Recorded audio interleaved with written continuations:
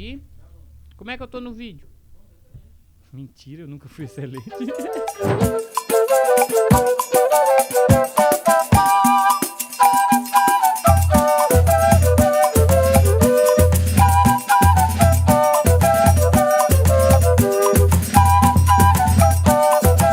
Mais um Conversa Besta na Área, o podcast mais besta do mundo. E hoje um episódio muito, no mínimo curioso, muito legal também. Hoje eu entrevisto um técnico de basquete que hoje está no Fortaleza, é Alberto Bial. Isso mesmo que você pensou, Alberto Bial, e um sobrenome bem curioso. O senhor pode se apresentar aí para a galera conhecer o senhor.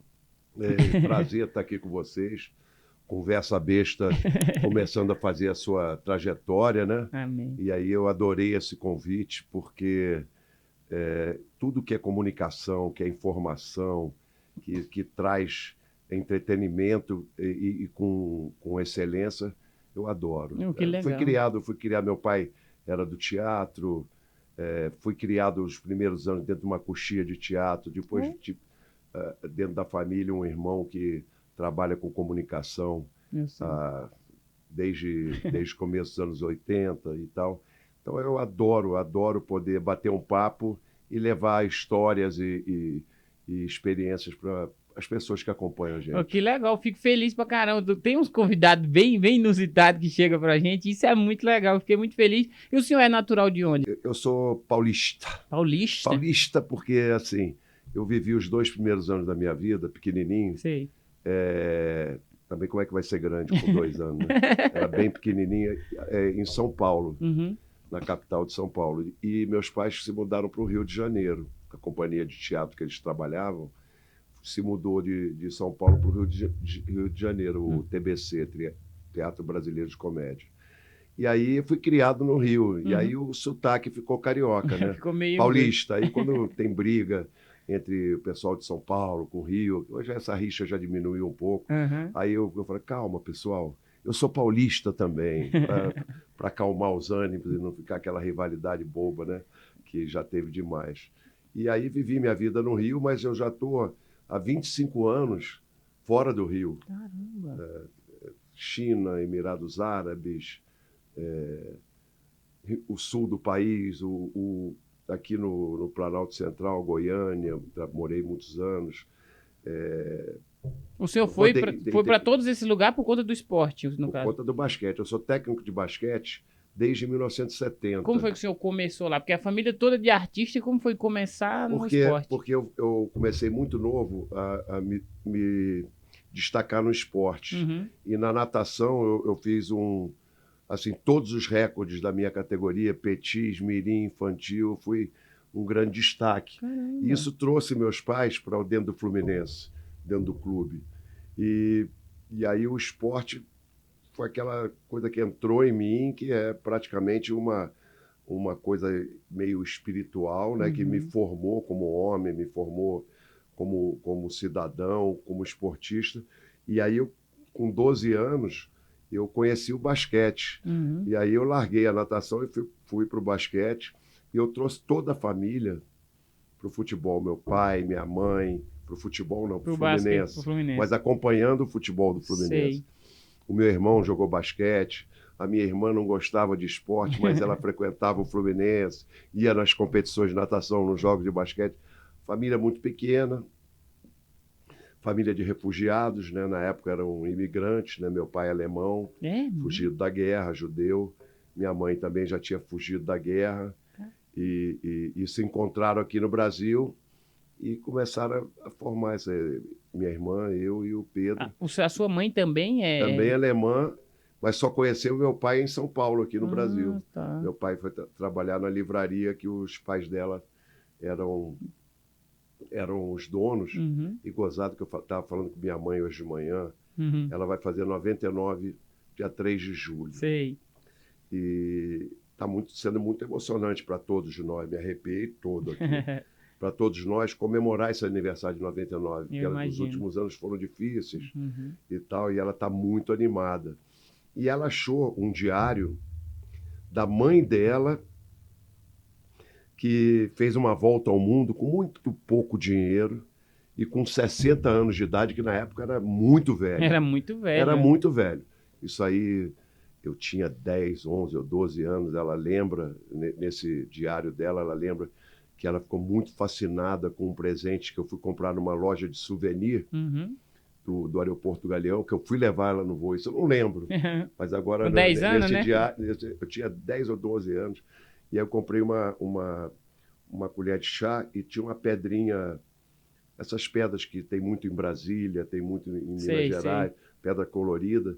E essa colherzinha, depois eu lembro muito dela na casa da minha avó, e agora ela continua na casa da minha mãe. Então, um presente de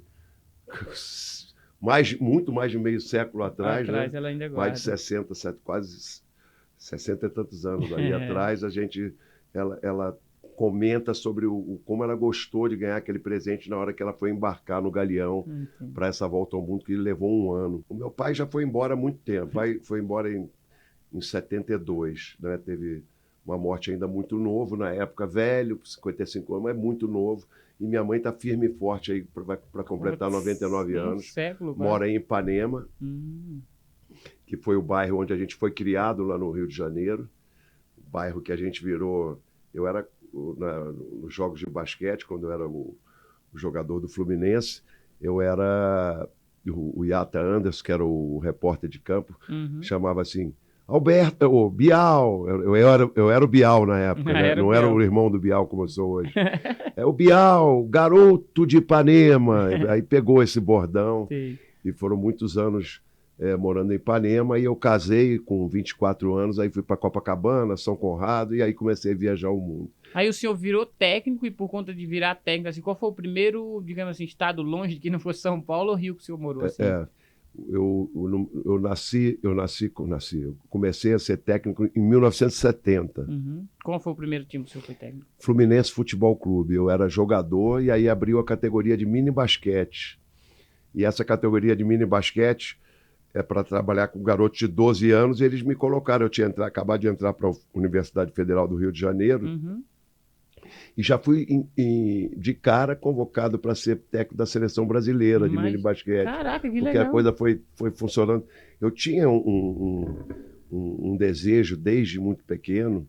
Eu via o Zezé Moreira, técnico de futebol, do futebol. Eu frequentava a casa da Dona Babei, onde ia o Pinheiro, Castilho. Uhum. Eu frequentava o Fluminense na alma do Fluminense. Então, era amigo das meninas do vôlei, do balé aquático, Vivia o Fluminense, era o um senhor. grande clube, Uhum. e nos formou. E aí, eu só saí do Fluminense para ser técnico em 74, eu fui para o Flamengo, fui ser técnico do Flamengo. Caramba, que Aí mudança, depois hein? fui para o Mackenzie, para o Municipal, voltei ao Flamengo. E em 82 eu recebi uma proposta para trabalhar no Emirados Árabes. Em 82 já? Como que esses times chegavam até os técnicos daqui? Tinha que ganhar muito Nessa título, época né? tinha o petrodólar.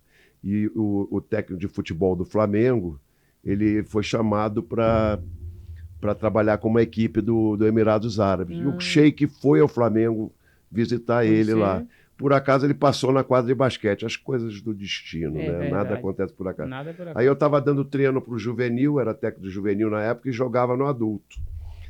E aí o Sheik olhou tal, aí o Djalma Cavalcante, que era o técnico do futebol, pô, o Sheik quer falar contigo. Eu falei, opa. Aí ele falou assim, eu queria conversar contigo. Eu falei, não, eu tenho jogo depois que eu sou jogador. Mas como é que é técnico, jogador? Não, mas eu sou técnico. Quando você acabar o jogo, você pode ir lá no Leme, ele estava no Meridian, Uhum. você pode ir lá no Leme para a gente jantar e bater um papo sobre a tua ida para o Emirados Árabes. Eu falei, toda hora. Aí foi um Flamengo e Botafogo na Gávea, e aí eu jantei com ele no Mários, que ainda existe até hoje, uma churrascaria maravilhosa, muito boa lá no Leme. E aí começou esse flerte, esse namoro, né? Para ir. Eu não fui naquele ano, eu Sei. recusei a proposta, porque eu tinha um contrato com o Flamengo em vigência. E aí fui em 83. E aí fui com o Mano e com o Dindim, que eu queria ir. E o senhor era Então, casado na época? casado E- com uma filha de. Quando a gente viajou para o Emirados em 83, a Melina tinha 2 anos, eu casei em 77. Uhum. E a Marcela é de 78, a Marcela tinha 5 anos. E aí elas. Foram 3 anos, 3 temporadas de muito relacionamento, de muito amor. de uma conexão imensa entre eu, minha mulher e as duas meninas que começaram a estudar numa escola inglesa. E na época não tinha internet. Na época a gente estava sozinho lá, nós e o mundo, né? E os árabes. E uma vez por mês eu ia ligar para minha mãe. Uma vez por mês? Uma vez por mês, porque tinha que ser tudo controladinho, né? E uma vez por mês ela ligava para a mãe dela, para a dona Zezé. Caramba. E aí era e minha mãe mandava toda segunda-feira recortes de jornal, do Jornal Globo, da parte de esporte, para eu saber o que estava acontecendo. O segundo caderno. O segundo caderno era a parte de cinema, teatro. Mas a parte de esporte era muito, muito bem feita. Eram 4, 5 folhas, com basquete, vôlei, natação e o futebol bombando, né? E aí eu ficava por dentro de toda o que acontecia. Informava, então, a minha mãe me mandava esses recortes. Eu ia sempre no correio, levava um mês para chegar. Que legal. Quando eu li a notícia, já tinha um mês. Então foram 3 anos de muita... eu sou casado até hoje, né? Difícil os casamentos terem uma duração tão grande. Vamos para 45 anos, 46 anos de casado. Sim. Então, e as filhas são muito chegadas até hoje. Tem uma netinha que é assim, minha paixão de vida, né? É o meu alimento, é o que me motiva. E a família, que era tão pequenininha, né? Naqueles anos 50, Sei. Quando era pai, mãe, os 3 filhos, hoje tem 15 netos, não sei quantos sobrinhos e não sei o quê. E aí a gente tem um eixo, um grupo familiar em São Paulo muito grande, meu irmão, minha irmã, os filhos deles, né? E tem o núcleo do Rio de Janeiro, que minha mãe mora em Ipanema até hoje, minhas filhas moram, Jardim Botânico, Gávea, tal, minha neta, e outros parentes que a gente tem no... Então, o eixo Rio-São Paulo e eu lá, Oxente, lá em Fortaleza, lá na já terrinha. há 12 anos. Mas passei, depois do Emirados Árabes, eu estive no Botafogo, aí depois estive em Joinville, em Santa Catarina, em Lins, em São Paulo, em Goiânia, Foi para Goiânia? Aqui perto. Foram 3 anos lindos em Goiânia, eu amava aquela cidade. Sim. Em Goiânia, e por aí vai. Fortaleza e agora em Fortaleza. E dessas andanças do senhor? Assim, o senhor viveu cada história, os rapazes assim, sempre pesquisa mais para saber mais algumas histórias pontuais assim da pessoa. Fala que o senhor viveu umas coisas bem engraçadas na China, lá de estar no trânsito. E, tipo, aí os caras começaram a perceber que tinham gravado filme, o Avatar lá, e foi muito engraçado. O senhor salvou o dia esse dia, não foi? Como que foi essa história? De Indiana Jones, mais ou menos. Deve ser essa viagem. Porque nós estamos viajando, saímos de Pequim, aí viajamos de avião até uma cidade mais para o sul, me lembro, Guangzhou, aí pegamos um trem e aí pegamos um ônibus. E o ônibus vai. E a gente não sabe para onde está indo. Era uma viagem meio... O empresário era com todo respeito, Travesso. Você é uma figura muito, muito engraçada. Viajar contigo foi sempre muito bom. E aí o Travesso, que era o nosso agente, nos levou. Quando a gente viu, eu estava no meio da China. E quando estava chegando nessa cidade que a gente ia fazer a turnê lá da China, tinha um problema lá com a estrada, o ônibus não queria sair do lugar e não sei o que e tal. Aí carregamos, fizemos, transportamos. Não sei se foi uma barreira que caiu. Assim. Eu sei que a gente deu um jeito e já estávamos viajando há um dia, quase um dia e meio. E aí o fluxo para ir para a cidade continuou. Eu não me lembro muito, mas eu sei que eu toquei um rebu nessa viagem e coloquei meu time para carregar ou tirar o caminhão eu sei que houve uma comoção, pelo menos, uma mobilização de toda a equipe e foi muito legal porque nós criamos um ambiente que me permitiu trabalhar em Jiangsu depois um pouquinho e tal e conhecer essa cultura tão doida, tão diferente que é do Brasil. Que é no Brasil, que é nos Estados Unidos, que é na Europa. O chinês é muito diferente. O senhor comeu algumas coisas diferentes que o senhor não está esperando lá, assim? Tipo... eu comi. Isso aí, podem ter te falado. Eu comi escorpião, comi, não sei se era barata ou gafanhoto. Eu comi todos os espetinhos que tinha. Eu estava com espiga nesse dia. Eu comi espetinho. Eu só não comi rato, que a gente viu maçaricando o rato. E aí, pô, isso era na cidade do Indiana Jones. Então, E aí o pessoal come rato. sim. E cachorro também não comi, não. Acho que não comi cachorro, acho que não comi. Mas eu como de tudo. E teve uma época que eu fui fazer uma clínica para a escola de treinadores da China, Uhum. e eles estavam me recebendo em grande estilo. Então eu fui para restaurantes 5 estrelas da China. Então é um prato atrás do outro. E eu não sabia o que estava comendo. Dessa vez eu levei minha mulher e minha filha para esse jantar. Se eu né? comer alguma coisa errada, E vocês vão comer. e elas, cheias de frescura, eu comia tudo. Sério? E adorava. Isso é não sei o quê, não sei o quê. Mandava ver. Caramba, eu imagino. Não, quando a galera fala assim, o Arthur também foi pra lá, pra China, eu sempre pergunto, porque é uma coisa, o brasileiro, às vezes, principalmente da nossa região, a minha região lá do Nordeste, é muito cultural. Imagina ir pros Estados Unidos, é como o cachorro-quente diferente. Na China, então, outro universo. Na China, eu ficava brabo com o meu time, que eles gostavam de, quando chegava numa cidade que tinha Starbucks, eles iam comer Starbucks, porque ficava com saudade que nem o jogador de futebol do Brasil que vai pra Europa, tô com saudade do feijão. Tem que comer, é como é um ditado de um grande filósofo aí. Se você está em Roma, se alimente com o que é de Roma. É. Se você está em Brasília, viva como um brasiliense. É Entendi. assim, se você está em Roma, vive como um italiano. Viva Entendi. como um italiano, não é como estamos falando de iguarias. De iguarias, de comida, né? Não, mas tá certo. E a galera fala muito, às vezes eles estavam citando aqui que nas preleções o senhor é bem engraçado, bem incisivo e bem... Aí estavam falando de algumas, aí o senhor... Qual é a do que o senhor já fez assim, quando você chega em casa, você Cara, pensa... essas prévias, o pessoal fala, Bial é maluco, porque ele mistura a parte tática, técnica, com a parte humana. E hoje todo mundo aí com coach, procurando psicólogo. O senhor faz isso há anos. Desde sempre, desde sempre. Mas a que eu me lembro que assim, que o time... E ganharam o jogo, e foi muito... Eu não sei por que cargas d'água no meio da pré-eleição. Isso foi agora, Sim. em Fortaleza, uns 8 anos atrás. E estamos falando e tal, e aí eu, de repente, falei, e vocês têm que jogar como a vida... Aí tinha um filme, que Curta a Vida Doidado, e a música do filme era Twist and Shout. E aí eu comecei assim...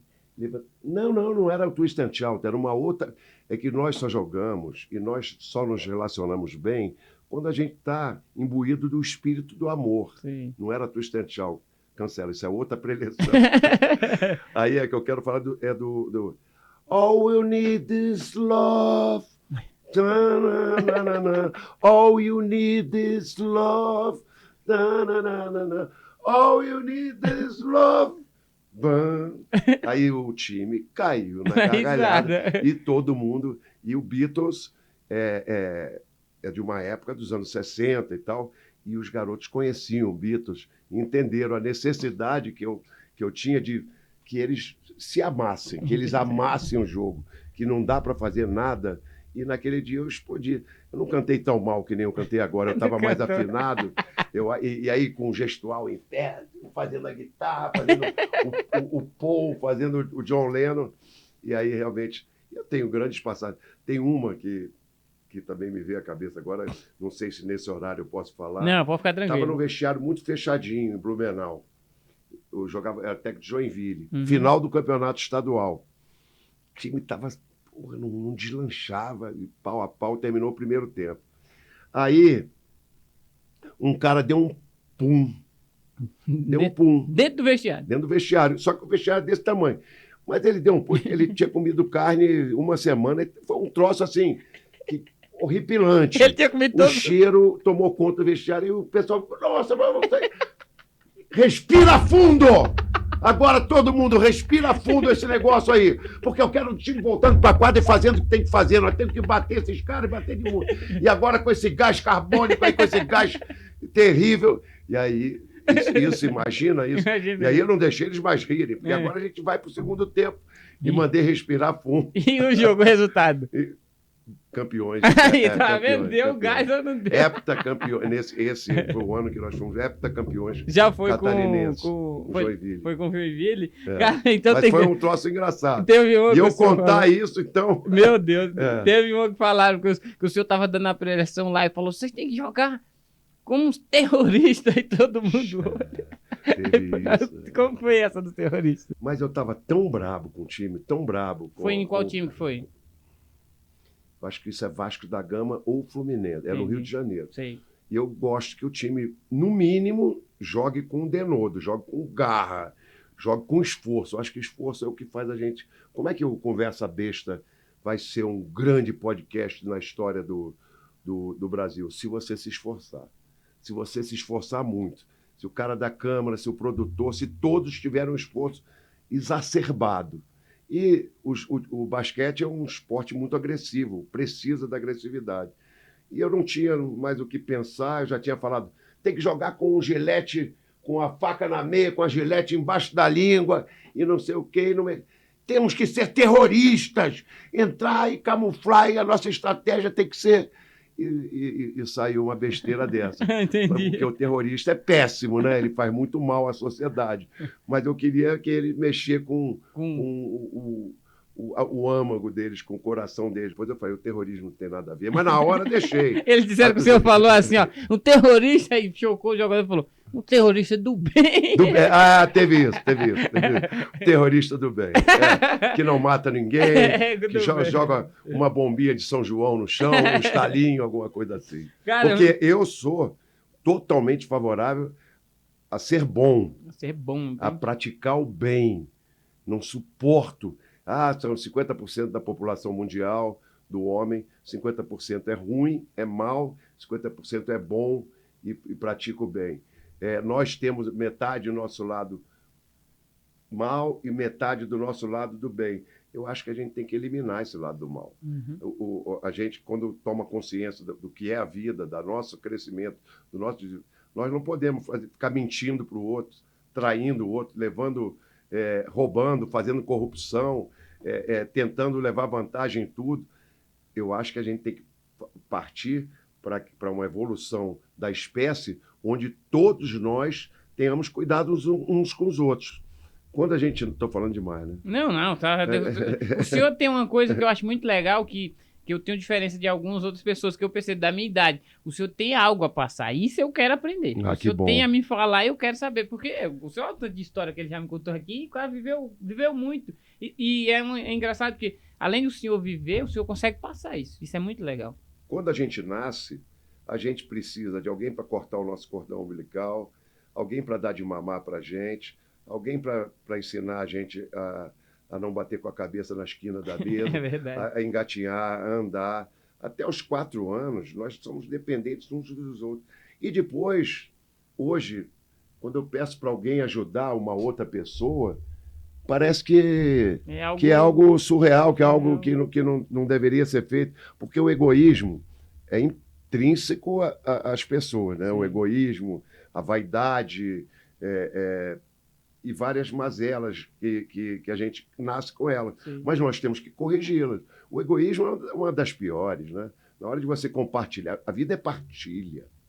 E temos que ajudar uns aos outros. Porque o bicho, o homem, o ser humano, ele é um animal que vive de ajudar o outro. É isso. Porque a gente não existe o crescimento, o desenvolvimento de uma criança se não for com a ajuda do outro. Por que mais tarde a gente não pode... Não pode.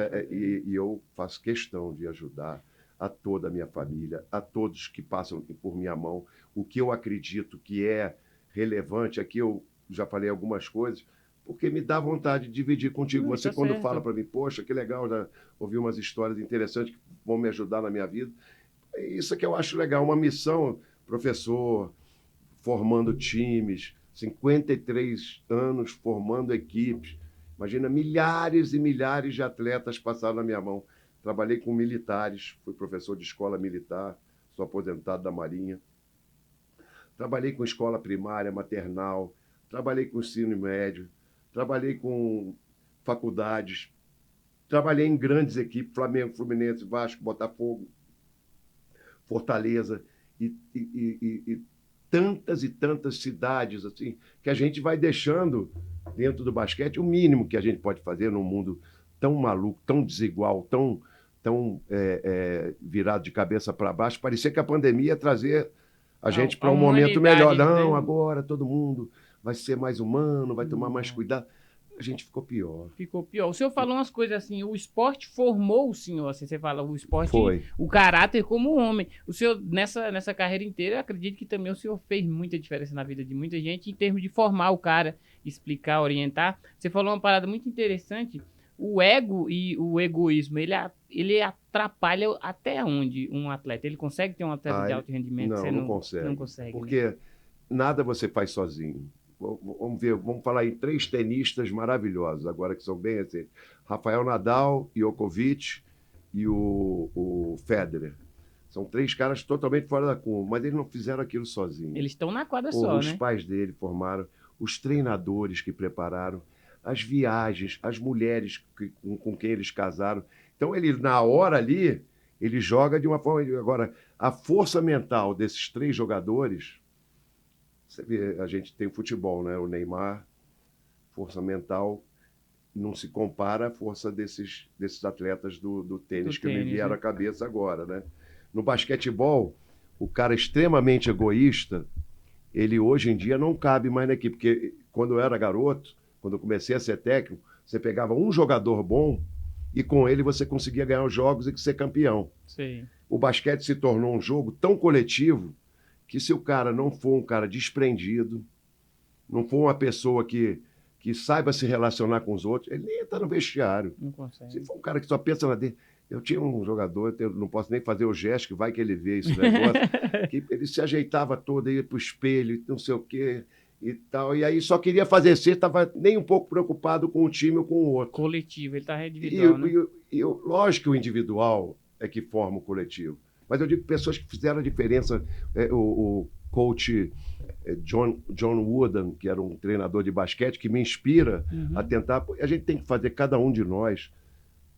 A gente é um grão de areia nesse mundo, né? A gente tem um universo dentro da gente, a gente tem umas galáxias, tem um tamanho... Mas a gente pode fazer a diferença naquilo que cabe a nós. Então, a minha missão, quando eu me toquei, eu falei, eu tenho que fazer do basquetebol algo que seja transformador. Diferente. Porque o esporte é transformador. O basquetebol é um esporte que ensina demais o convívio de trabalho de grupo, e o jogo hoje é muito científico.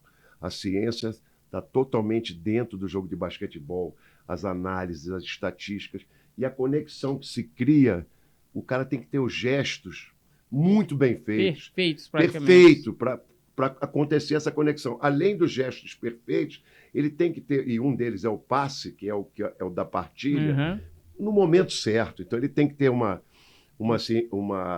cabeça, uma capacidade de entendimento. Aquele momento do passe, ele atrasar décimos de segundo, ele perdeu. E a neurociência, hoje, ela está dentro do basquetebol, dentro de vários esportes. E aí a gente vê que é o físico, lógico que é o físico, é o mental, é importantíssimo a tomada de decisão, as escolhas que a gente faz, mas a espiritualidade, a parte que você não vê, a da fé, né? E a fé e a ciência se juntam nesse jogo. Então, você tem que acreditar que você consegue superar os seus limites. E se você não se preparar, não tem milagre. Não tem. Já houveram muitos milagres na minha vida. Mas no jogo de basquete já aconteceram milagres. Mas se você não se preparar muito, tiver um jogo coletivo, onde cada um daqueles jogadores, dentro da sua individualidade, se destaquem, juntos, não tem resultado. E isso no basquete é em todas as áreas.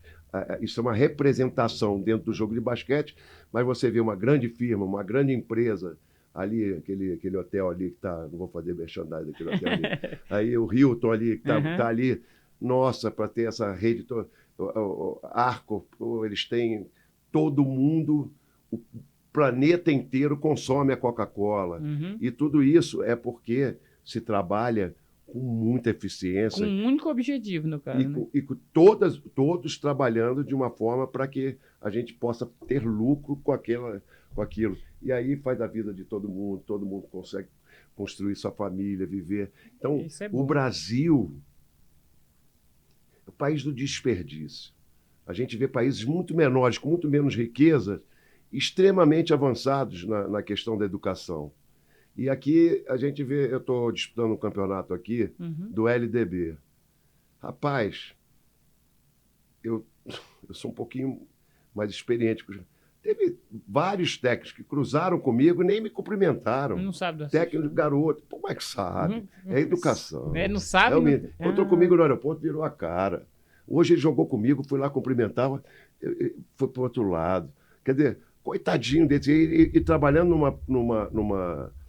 numa área onde o cara tem que ser formador. Porque o cara ensina a jogar basquete, mas não prepara o físico do cara.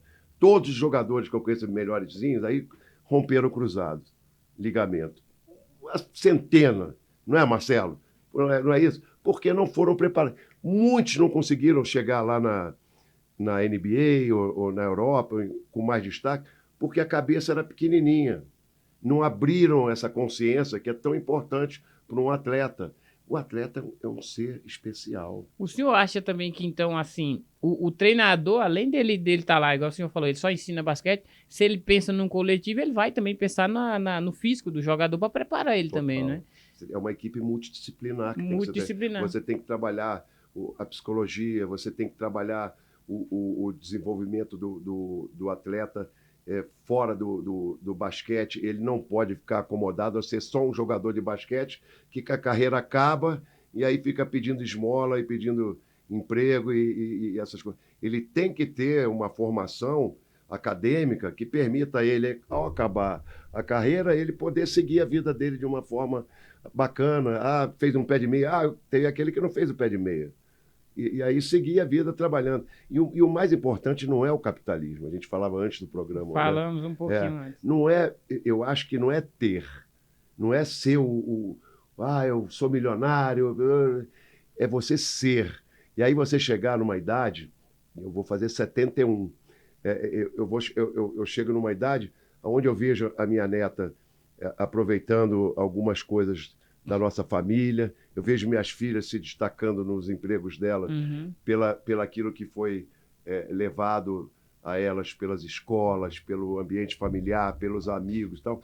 E é assim que é a vida. Pode trazer aqui o café. O Brasil, eu tomaria um café com esse cheirinho e eu adoro café. Sério, então fica à vontade. Se quiser comer do bolo do Flávio aqui, o melhor bolo que o senhor... Rapaz, eu acho que a minha taxa de açúcar já passou. Mas esse bolo do Flávio é tão bom, e eu sou louco por bolo com esse pouquinho de coco. O coco... Falar de boca cheia não posso falar, mas falei. É muito bom, né? É muito bom. E o coco é uma fruta que, quando eu era menor, só tinha aquele polpa dura e só aproveitava aquela polpa para fazer ralar, para fazer um tipo de... Hoje a gente aproveita a casca para fazer obras, para fazer artesanato, casas. Né? Aproveita a água, que ninguém bebia água de coco, que é extremamente... É de anos para cá. Que bebem água do coco? Não se bebia água de coco na minha infância e adolescência. Não se bebia. Caramba. Era raro. E é uma coisa que traz um bem, então... Então, não se aproveitou no Brasil de tantas riquezas. A carnaúba, lá no meu Ceará, a carnaúba. Só se aproveitava a cera da carnaúba. E hoje se aproveita as folhas, né, enormes, assim, para fazer aquelas... cabanas e tal, se aproveita tudo. Babei tudo, o bolo tá tão bom, mas tira de perto de mim, pelo amor de Deus, porque antes de a gente começar... Tá. Não, agora deu uma melhorada, tirei a glicemia outro dia, deu uma melhorada. Que bom. Eu fico muito feliz, assim, o senhor fala muito, quando o senhor fala, e a gente vê muito isso nele como técnico, que é um coletivo mesmo. Eu assisti algumas coisas assim do Michael Jordan, que é uma história muito bonita. O senhor também concorda comigo que ele sozinho ele não tinha ganhado o que ele ganhou? O senhor concorda? Eu concordo plenamente. E ele fala isso no Last Dance, no documentário dele, fala com propriedade, ele era o líder, mas ele cobrava do Dennis Rodman, porra, para de fazer cagada, pensa, o cara errava uma bola de bobeira, uma bola que era fácil de fazer, ele, porra, pegava, porque ele tinha uma liderança positiva, e ainda veio trabalhar com ele o Phil Jackson, que é um cara de uma espiritualidade, porra, me arrepio toda, passou aqui.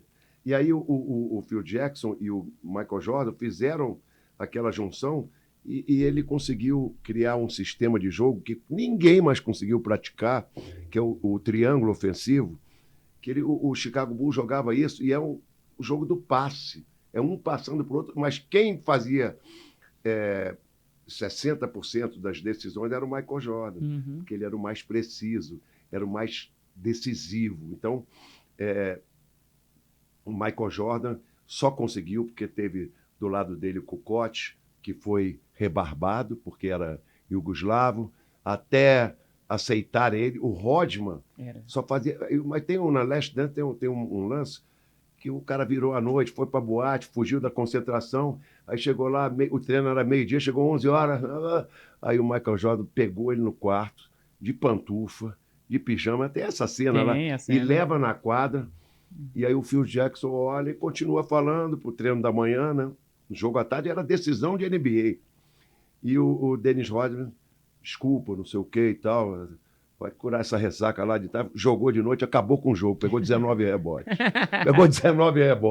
Então, um ajudando o outro. Aí o cara tem essa dificuldade de não conseguir se concentrar e tal, foi para a noite, fez isso porque eles ganham muito dinheiro, né? Acho que são já daquela época. Ele falava uma coisa muito interessante, o Michael Jordan, que era o seguinte, ele dava 100% dele. Então ele não queria ver ninguém dando menos que ele no jogo. Exatamente. Se eu dou 100%, o cara que tá comigo na quadra, ele tem que dar os mesmos 100%. A questão do esforço. É a questão do esforço. Então, então o senhor concorda comigo, então eu acho legal. Totalmente. Porque assim, ele tava também o time certo, também o treinador Steve certo. Kerr, o treinador... Não, essa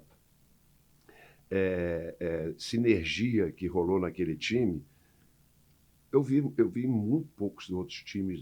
Em 1970, Copa do Mundo de Futebol, o time do Brasil era legal, mas aí era um campeonato de um mês. A Copa do Mundo, na época, levava um mês. O Chicago Bulls foram anos de temporada. E o relacionamento, quando você, todo dia, e começa a vencer, e tem que se manter lá no... E perde. E depois dá a volta por cima de novo. E é isso que é o barato, porque a gente vai cair. A gente não vai ganhar. O Michael Jordan e o Phil Jackson não ganharam tudo. Eles perderam a beça também.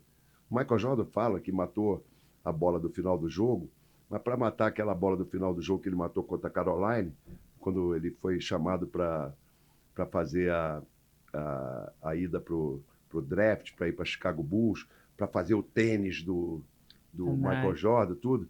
Ele matou uma bola impossível, linda, né? Qual foi o filme agora? O filme da logo do tênis do Michael Jordan. Air Jordan. Air Jordan. E aí ele mata aquela bola e fala assim, eu matei essa que a gente ganhou o campeonato, mas antes dessa eu errei 200. Eu perdi 200 jogos. Então a vida é um sobe e desce, é um cai e levanta. Então aquele que está por cima hoje, que está se achando aí, está cheio de poder e passando por cima dos outros, menos, cara. Ajude os outros. Você, quando tem o poder, você pode influenciar de uma forma muito positiva. Eu estava vendo aqui algumas trajetórias do senhor, que o senhor carrega muito uma coisa assim... Eu não sei se foi da sua vida para o esporte, foi do esporte para a sua vida. O senhor carrega muita opinião bem interessante sobre vários assuntos, né? Viveu muito, foi em muitos lugares. O senhor chegou aí no Jô Soares? Fui. O senhor foi no Jô Soares, eu estava vendo, eu falei, é o Bial, é ele. É muito legal. Foi um programa de entrevista assim. Eu fui 2 vezes no Jô Soares. Foi lá, o senhor foi em que ano que era isso, mais ou menos? Um foi antes de eu ir para Fortaleza, 12 anos 12 atrás. anos atrás. E o outro, eu não me lembro mais. Mas eu sei que eu já tinha ido. Ah, que legal. Aí ele foi muito gentil e tal. E aí veio, com o correr dos anos, o substituto do Jô Soares, que morava no mesmo quarteirão que eu em Ipanema, antes dele morar em São Paulo. E a gente via ele saindo de motão, ele tinha uma moto enorme. E tal. BMW tem moto? Tem. Ele tinha uma BMW e tal, e ele morava na... E saía... Quem era esse? Jô Soares. Ah, o nosso substituto, o senhor falou? Não, o Pedro Bial veio a ser, depois de muitos anos, o substituto do Jô Soares. Ele falou que a gente que eu lembrei de outras coisas. Eu faço o pensamento só cabe uma palavra por vez. Entendi. E aí a gente bota mais do que uma frase. Entendi. E o pior, eu boto mais de um assunto. Então, faz um mix e joga pro universo, uma salada né? de fruta com... E como que é a sua relação com o Bial, assim? Como foi crescer e se destacar no esporte, assim, como um treinador, buscar muito o esporte mesmo, viver o esporte? E como que é a sua relação com o Bial, assim, em relação a... As pessoas identificam o senhor muito na rua pela semelhança? Nossa. Eu e Pedro, né? O Pedro é 6 anos mais novo do que eu. E peguei toda a fase dele de crescimento de adolescente para homem e para um baita profissional, os casamentos, os filhos. Acompanhei tudo. A gente é muito ligado. Ontem teve jogo do Fluminense, né? Fluminense até. Não tem um jogo que a gente não troca informação. Olha o Fábio Nense, pô. O Fábio fechou o gol e tal. e aí o Pedro foi ao Japão agora. Eu ainda não tive com ele na volta dele do Japão, mas agora esse aniversário que eu estou falando que a gente vai celebrar da minha mãe, a gente já marcou de se encontrar, vamos chegar uns dias antes lá. E ele está gravando o Linha Direta no Rio também. Então, ele falou, não sei aonde eu vou estar, mas a gente vai marcar de se encontrar. A gente tem um amor de fraterno, de irmãos, que assim, é gigante.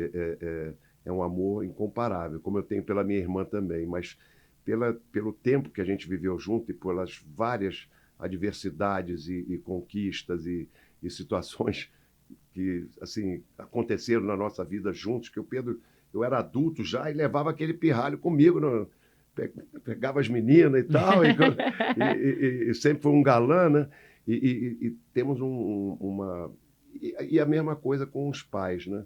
A minha mãe, ela está viva hoje, deve-se muito ao amor das minhas filhas, que tomam conta dela muito bem, as cuidadoras e tal, mas pela condição que o Pedro dá para ela poder ter o plano de saúde dela, aí tem que tirar um peito, tem que tirar o outro.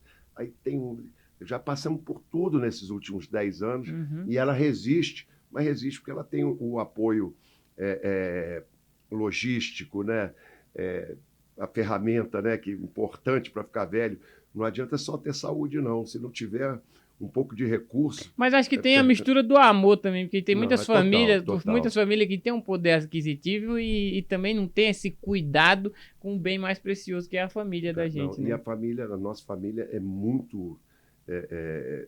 eu não digo nem unida, junta, assim, ela tem essa veia do amor, né, que envolve a gente, né? Eu não encontro uma vez a minha irmã que a gente não conversa sobre o nosso pai. Aquele amor do pai já morreu há 50 anos. E aí a gente conversa, as coisas que aconteceram e tal. A notícia que saiu no jornal no dia que o Pedro morreu, é o Pedro o Bom. E isso minha irmã lembra sempre, já falou 520 vezes, mas ela tem que lembrar que saiu uma nota no jornal falando que nosso pai era bom. Que legal. Então, isso que, talvez por sermos imigrantes, que não eram refugiados na época, né? Chamava de imigrantes. Mas olha a quantidade, o que saiu da Ucrânia agora, milhões invadiram a Polônia, só na Polônia, mas não sei quantos milhões para o outro lado. O país está sendo destruído e as pessoas indo embora. Eles fugiram também por causa de um nazista, né? O Mussolini, um fascista, o Hitler, o nazista, fugiram, e também teve, na época, vários que fugiram da guerra, não só por serem judeus, mas pelas mazelas que a guerra traz, né? Então, eu acho que essa coisa de ser imigrante, ela é muito... É a mesma coisa que você que migrou de Pernambuco para Brasília. Você é imigrante, você não é daqui, o teu lugar é de lá. Exatamente. E é muito legal que a gente fica com 2 lugares, né? No meu coração, eu tenho o Rio de Janeiro, né? Em primeiro lugar, mas eu tenho São Paulo, né? Eu tenho Fortaleza, eu tenho Santa Catarina, eu tenho o Emirados Árabes, tenho vários lugares que marcaram a minha vida, que eu tenho amor, que eu tenho saudade, que fizeram parte do que eu posso chamar de meu.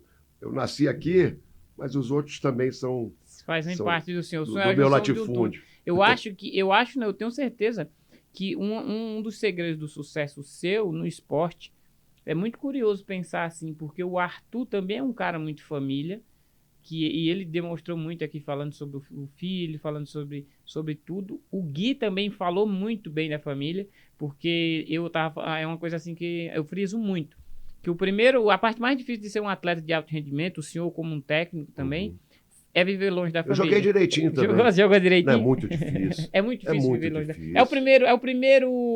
A primeira decisão mais difícil é essa, de viver longe da família pelo esporte? Os garotos que saem de casa cedo, 10, 11 anos, para ir jogar, hoje, com 11 anos, o cara já tira o cara de Fortaleza para levar para o Grêmio. 11 anos. Isso aí é totalmente fora do que a gente imagina como a educação ideal. Uhum. Os pais vão juntos. A criança tem que ir junto. Tem que ir junto. Você falou 2 nomes de jogadores aí. O Gui Santos é filho do Davidson, que foi um jogador extremamente honesto, extremamente limpo e um bom jogador. E o Arthur, eu dirigi, fomos campeões mundiais, jogos mundiais, e ele dando a conquista, ele e Nezinho sendo os grandes protagonistas em 2011 no Rio de Janeiro, em 2013 na França. É um cara de uma educação e de uma bondade e de uma inteligência, até porque com a cabeça daquela cabe mais massa cinzenta, né? Um cara muito inteligente para jogar, para viver, e um cara muito bom. Eu saí do ginásio, onde a gente foi campeão mundial, hoje é Genese Arena, onde foram as Olimpíadas. Sei, lá. Sei. E a gente saiu, e aí eu fui o último a sair, entrevista, ganha prêmio, não sei o que e tal. Aí fiquei com a família lá, e quando eu saio, tá o Arthur sentado no chão da saída do ginásio, não tinha mais ninguém, e meu carro abarrotado. Mulher, filho, papagaio, neta e não sei o que, não dava pra... E ele com o pai, eu não me lembro se a mãe e tal. Eu falei, como é que você vai voltar? Como é que te deixaram aí? Porque foi campeão, o nego largou ele lá. Espetáculo, né? Antes do jogo não iam esquecer dele, né? É isso que eu estou te falando, do interesse, né? As pessoas têm interesse no Arthur até ele ser campeão. Foi campeão, não me interessa mais. Mas aí, estava ele ali, ele falou, Bial, tô de boa. Não sei se foi essa palavra que ele usou, mas tô de boa. A gente tá esperando um Uber ou um táxi aqui que vai pegar a gente. Eu falei, pô, você foi genial. Obrigado aí por tudo que você fez. O cara de uma humildade, de uma simplicidade. E ele passa isso na fala dele, é muito importante. E um jogador totalmente diferente. Ele é... eu encaixaria ele numa casta de 10% dos jogadores que têm consciência, que são honestos. Cara, ele escreveu um e-mail para mim enorme, porque eu convidei ele para jogar num time meu e ele estava na negociação e acabou não indo. E aí ele, para dar satisfação, uma coisa mais linda, aí você oferece, fechou o negócio e vira as costas para você, vai para outro lugar e nem fala. Nem te agradece. Esse é o normal. Uhum. Isso é o normal. O que está fora do normal é o bem educado, é o que te dá satisfação, é o que tem um respeito pelo próximo. Você vê como é que a gente tem que melhorar. Temos que buscar algo que faça de nós um planeta mais sustentável, que cuidemos um pouquinho mais uns dos outros. E assim, 70 anos de vida, né? Quanto de carreira? 50? Mais de 50? Né? Jogador, eu comecei com 12 anos, mas aí parei em 82. E aí comecei como técnico em 70. Aí tem essa marca, 53 anos como técnico de basquete. Então, 53 anos como técnico de basquete. É Guinness Book, né? Não tem ninguém, porque nos Estados Unidos ninguém fica 53 anos. Não fica. O cara aposenta, dá uma boa casa para ele, porra, a faculdade, o clube tem... Aqui é igualzinho, né? Para dizer o contrário.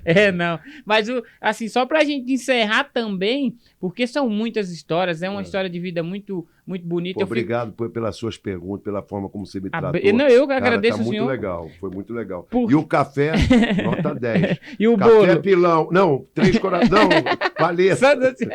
Então, assim, eu fico muito feliz, porque de verdade, eu aprendo, eu vou reassistir essa entrevista em casa sozinho, eu faço muito isso, para pegar mais essa história, a história que o senhor tem, o amor que você tem com a sua família, isso é muito importante. E o senhor tem o que o senhor diria para essa próxima geração do esporte, não só no basquete, mas como futebol? Que recado que o senhor daria para essa garotada aí? Entrem nessa viagem da vida, através do esporte, de forma integral. Não seja um percentual do que você tem de potencial. Seja 100%. Trabalhe todo o seu cognitivo, toda a sua mente, trabalhe todo o seu comportamento. Cuide do seu corpo, que é onde está a sua alma, aonde reside a sua alma. Cuida bem do seu corpo, cuida bem da sua saúde. Seja extremamente esperançoso e tenha fé que a gente vai transformar esse grupo de pessoas, essa grande família, essa comunidade, que hoje são 8 bilhões de pessoas. Quando eu nasci não tinha 1 bilhão, hoje tem 8 bilhões. Faça parte desse grupo e contribua.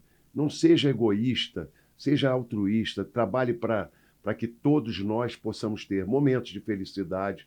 Não dá para ser feliz sempre, mas que a gente possa...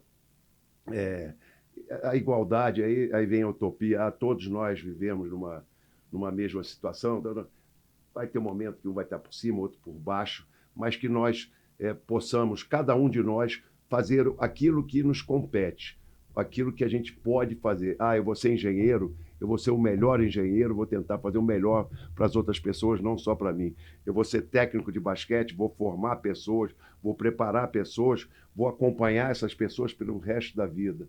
Então, uma mensagem de uma profissão que é muito desvalorizada, mas terrivelmente desvalorizada no Brasil, mas que, quando fala em coach, e na verdade nós somos coaches, quando fala em coach, qualquer um que não tem a mesma experiência, mas pegou um livro de autoajuda e aí cria Temos bons coaches para formar para qualquer situação dentro das nossas atividades que a gente tem nessa sociedade, o TI, né, essa tecnologia que vem tomando conta do mundo.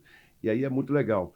Mas o verdadeiro coach é aquele que se preocupa com a sua família, que é a primeira equipe que existe, e depois se preocupa com o seu bairro, com o seu estado, com o seu país, com a sua área de atuação. E aí eu acho que a gente pode pensar em salvar e ter um planeta mais limpo em todos os sentidos. Sermos limpos, claros, autênticos, transparentes e bons.